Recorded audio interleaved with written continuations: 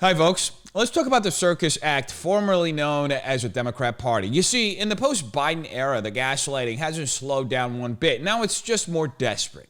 After years of swearing up and down that Joe was just fine, the same crew is now scrambling to rewrite history like we all got amnesia.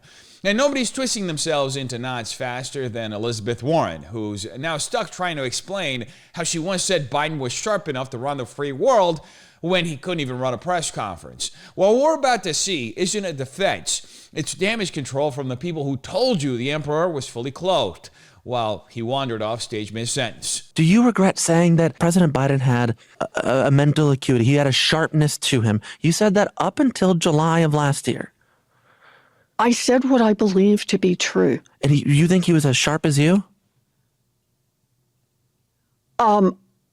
I said I had not seen decline.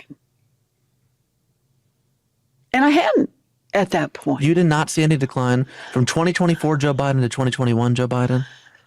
Not when I said that. You know, the thing is, he was sharp. He was on his feet. I saw him. Live event. I had meetings with him a couple of times. Senator, on his feet is not praise.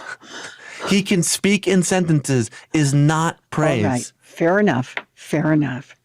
Look, the question is, what are we going to do now? Okay. Let's break this down like adults, something Elizabeth Warren and her party seem increasingly allergic to. What we just witnessed wasn't an interview. It was a slow-motion car crash of deflection, revisionism, and the kind of smug detachment only a Harvard law professor turned political shapeshifter can deliver. And the backdrop, a podcast that, while apparently rooted in some level or style of comedy, just gave us one of the most damning exposés of the Democrats' 2024 gaslight campaign without even trying. Now first, let's talk tone. Warren giggles her way through a conversation about lying to the American people about the cognitive state of the man with the nuclear codes. She pauses, smiles, leans into a kind of performative nostalgia, and then drops a half-hearted chuckle like she's reminiscing about a high school debate. Not an orchestrated deception that nearly handed a second term to a man who thought his sister was his wife on the campaign trail.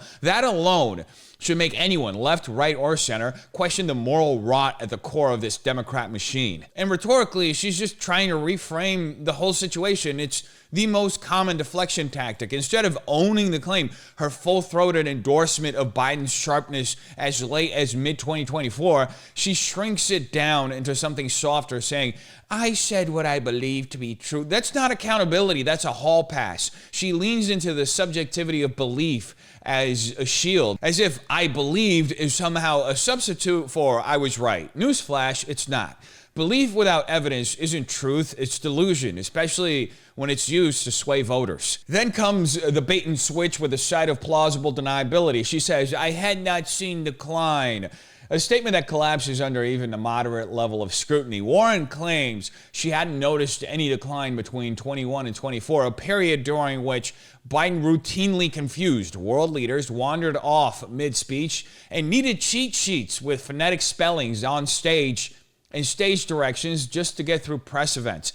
Are we to believe she saw none of this? That a sitting senator with behind-the-scenes access to the White House somehow missed what the rest of the country was memeing in real time? And the icing on this gaslit cake, Warren offers the most backhanded praise imaginable. She says, he was sharp, he was on his feet. That's not reassurance, that's a eulogy for expectations. If he didn't fall over is now a metric for presidential fitness, then we owe every stable nursing home resident a campaign banner. But the real sin here isn't just the lie, it's what the lie enabled. Democrats didn't simply overestimate Biden's capacity. They built a wall around him and sold tickets to see the emperor's new suit. The media ran cover, party leaders looked the other way, and yes, Elizabeth Warren helped give this illusion the veneer of credibility. Why? Because power mattered more than truth in that moment. Because propping up a hollow candidate was easier than facing the consequences of an honest primary. And let's not ignore this interviewer's final whimper after Warren absolutely gaslights him. He just goes, okay. No pushback, no follow-up, no demand for clarity. That's what happens when the press becomes a lapdog instead of a watchdog. Whether this was a comedy podcast or not, the message was serious. There will be no reckoning, just laughter, shoulder shrugs, and a quiet hope that the public forgets just how close the Democrats came to pulling the scam off. And let's be completely honest here. If Trump hadn't obliterated Biden in the first debate, the DNC might have pushed this ruse all the way to November. The only reason they pulled the plug was because the plug was sparking and the room was filled with smoke. They knew, they all knew. They just thought none of us would notice. So here's the real question. If this is how brazenly they lie when the truth is obvious, what else are they lying about when it's not? And speaking of retarded Democrat moments, here we have Ellie Mistall, MSDNC pundit, telling us just how dumb he is. I don't give a lot of constitutional weight or heft to laws passed before 1965, right? Because nobody asked me and nobody asked anybody to look like me. So why should I care what some old white judge and some old white legislature and some old white president decided was right for me? Living under the laws of the people who kidnapped my people and held us in bondage, that's not something they do anywhere else in the world. It's not like South Africa said, like, oh, that apartheid was bad, but you know what? We're just gonna like clean up some of these laws and okay, now we have, no. They were like, take your Boer constitution and put it in the trash. We will write another one. This time including everybody. This guy keeps bringing up South Africa to criticize America like it's some moral high ground. Seriously, South Africa, where white farmers are literally having their land confiscated without compensation, a nation where political corruption is so entrenched that electricity is a luxury and violent crime is practically a national pastime, and yet Ellie Mistall wants to toss America's Constitution into the trash and follow South Africa's footprint. That's not intellectual. It's delusional cosplay. Let's unpack the nonsense line by line. He opens with, I don't give a lot of constitutional weight to laws passed before 1965. Translation, he dismisses the entire founding framework of the country because it was written by white men. That's ad hominem at its laziest, discrediting ideas based solely on the race of the people who voiced them. By that logic, should we ignore algebra because it came from Arabs, or throw out democracy because the Greeks practiced slavery too? The Constitution, the one Ellie wants to toss, was the very document leveraged to end slavery. It was white Christian men, yes, those old white judges and legislators who codified the 13th Amendment. It was white abolitionists who risked everything to dismantle the slave trade. It was Union soldiers, overwhelmingly white, who shed their blood and died to crush the Confederacy. So no, Ellie, the Constitution isn't a relic of bondage. It's the very tool that broke the chains. Your freedom of speech to say such foolishness was granted by the same system you're now trying to light on fire. Now, about slavery, let's talk history instead of hysteria. The transatlantic slave trade wasn't invented in Europe. It was a well-oiled system of human trafficking run by African kingdoms long before Europeans ever stepped foot on the continent. Tribes raided one another, captured enemies, and sold them into bondage. The Ashanti, the Dahomey, and others were not passive victims, they were active participants. Africans sold other Africans to Arab traders in the East and European traders in the West. The Barbary slave trade alone, run by North African Muslims, enslaved over 1 million white Europeans. Slavery wasn't a white invention, it was a global evil, and in many regions, it still exists today. But let's entertain Ellie's fantasy for a moment. He says South Africa threw away their old constitution after apartheid. Sure, they replaced it with a new one. And what's the result? Massive corruption, rolling blackouts, economic decline, and a judiciary so politicized it makes ours look like Switzerland. Is that what Ellie wants America to look like? A nation guided by historical vengeance instead of enduring principles? There's also the implication that no other country lives under laws written by past oppressors. Really? The British Empire once ruled over half the world. India's legal system still bears British fingerprints. So does Australia's, Canada's, and even large chunks of Africa. China lives under a system shaped by dynasties that massacred their own people. Every nation is built on imperfect hands, but wise nations preserve what works and refine what doesn't. They don't toss the entire blueprint because one angry pundit didn't get a co-writing credit. Needless to say, this isn't justice. It's selective amnesia weaponized as ideology. Ellie wants to torch the American system because of its flawed past, but he completely ignores its miraculous capacity for self-correction, innovation, and inclusion. So what Ellie is exemplifying isn't progress. It's ingratitude disguised as intellectualism. So here's the truth. The U.S. Constitution is not sacred because it's old. It's sacred because it works.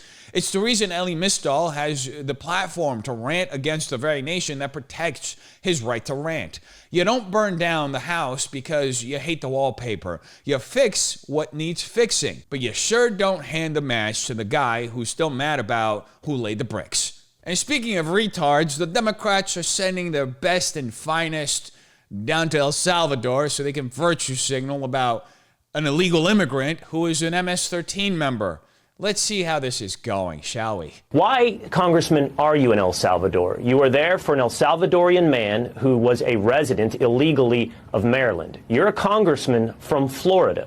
Why are you in El Salvador? Well, we're here because a man who had protected status in Maryland, a Maryland man, union member, worker with a citizen wife and beautiful children, was taken out of his state and out of the United States back over here without due process. And for us, we're here for a couple of reasons. Number one is because every person in our country deserves due process. And we want to make sure that we draw the line here at Kilmar Garcia. Oh boy, here we go again. Another progressive congressman chasing clout on foreign soil while his own constituents in Florida are stuck wondering what exactly they voted for. This time, it's Max Frost, who, despite being elected to represent the people of Florida, is now playing international activist in El Salvador, campaigning to bring back a man accused of being an MS-13, a designated terrorist organization by the Trump administration. Because nothing says serving your district like flying halfway across the hemisphere to advocate for someone accused of gang affiliation, domestic violence, and potential human trafficking. Great priorities, Max. Let's start with the obvious. Frost isn't a congressman from Maryland, where Kilmar Garcia was living. He's not on the immigration committee. He's not in foreign relations. He's not even from the same coast. When asked why he's in El Salvador, you'd expect a bulletproof explanation, right? Nope.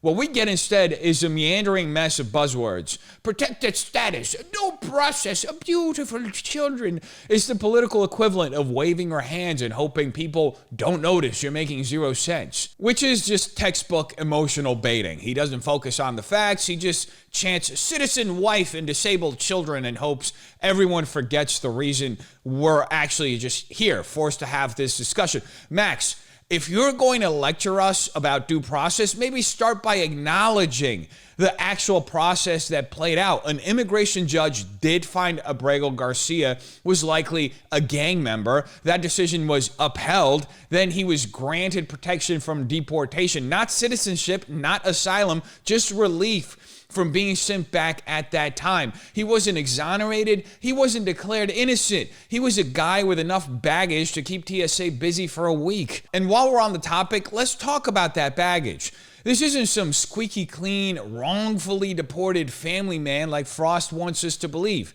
This is someone who was arrested based on gang affiliation intel from law enforcement and a trusted informant, had a temporary protection order filed against him for domestic abuse, was stopped transporting 8 people in a car under suspicion of human trafficking, and was flagged under Trump-era orders to deport suspected MS-13 members, not random tourists. And look, maybe someone out there believes that this is coincidence. Fine. But don't pretend this is a case of the American dream gone wrong. This is a man who entered the country illegally, was accused of gang affiliation, and somehow managed to skirt consequences until a bureaucratic slip-up got him deported. And now, thanks to Max Frost, you're paying for a congressman to run interference for him in El Salvador instead of focusing on skyrocketing rent, rising crime, or actual Floridians in need. The real kicker, Max Frost says he's in El Salvador to draw the line. That's hilarious, because the only line Frost and his fellow Democrats who went down there with him are drawing is between themselves and reality. He's not defending due process, he's rewriting it. He's not serving the people, he's chasing headlines. And he's not protecting the vulnerable, he's wasting taxpayer money defending someone the president of El Salvador called too dangerous to return. So here's my question to Frost and every single one of his performative progressive Democrats who went down there with him. When did representing illegal non-citizens with criminal records become a higher priority than representing the Americans who actually elected you? Until they can answer that, maybe they should stay grounded figuratively and literally. What's really important is that Donald Trump is defying a 9-0 decision of the Supreme Court to bring Kilmar Abrego Garcia back home to the United States. Lower courts have affirmed that. The administration has said they sent him here by accident, and this is a massive due process crisis in our country. Donald Trump cannot defy the Supreme Court. We've got to raise the attention, not just in the U.S., but here, and demand his release. It's truly amazing to see how Democrats chase the virtue signal like moths to a flame. They can't fix the border, they can't fix crime, they can't fix inflation, but they can't hop on a plane to El Salvador and campaign for the release of an alleged MS-13 gang member. That's the current state of the Democrat Party, where representing your district now means flying out of the country to fight for someone who isn't even a citizen and wasn't even from your state. Enter Representative Robert Garcia, proudly standing in San Salvador like he's auditioning for a Netflix special called Lawyers Without Borders, Delusion Edition. He gets in front of the cameras and declares with his whole chest that Donald Trump is defying a 9-0 Supreme Court decision, except he's not. That decision, it didn't order the return of Kilmar Abrego Garcia. It asked the government to facilitate the return, not force it, and even clarified that effectuate might exceed the court's authority. In other words, it's a murky ruling, not a legal summons from God himself. But that doesn't matter to Garcia because the goal here isn't truth, it's optics. So let's get real for a second. The courts did not unanimously command Trump to bring Abrego Garcia back. What actually happened was that the trial judge pushed for the government to cooperate with the Salvadorian prison system not to smuggle the guy back into the United States against a sovereign nation's wishes. Even El Salvador's president said that would be preposterous. But here comes Robert Garcia, willing to bulldoze international law, court nuance, and national security, all in the name of protecting an accused gang member with suspected ties to MS-13 and human trafficking. Now let's address the selective outrage. Garcia calls this a due process crisis. Where was that energy when Americans were being silenced online by government pressure campaigns? When January 6th defendants were being held in solitary for months without trial? When conservative students were being kicked off campus for daring to speak? That wasn't a due process crisis, apparently, but an alleged MS-13 member who got deported after a judge found credible evidence of gang ties. Suddenly, the Constitution is sacred again to Democrats. And the most stunning part, these Democrats are more passionate about foreign nationals with criminal records than they are about the people they were elected to represent. Garcia's district is in Long Beach.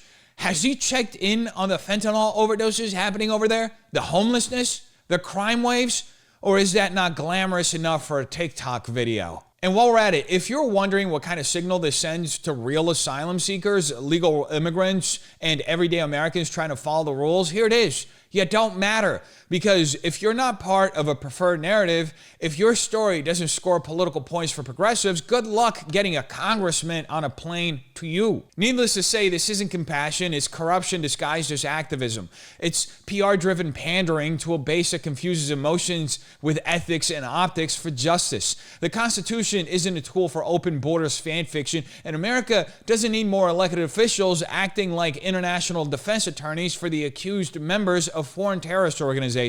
And here's an idea, Representative Garcia, come home. There's enough chaos in California as is.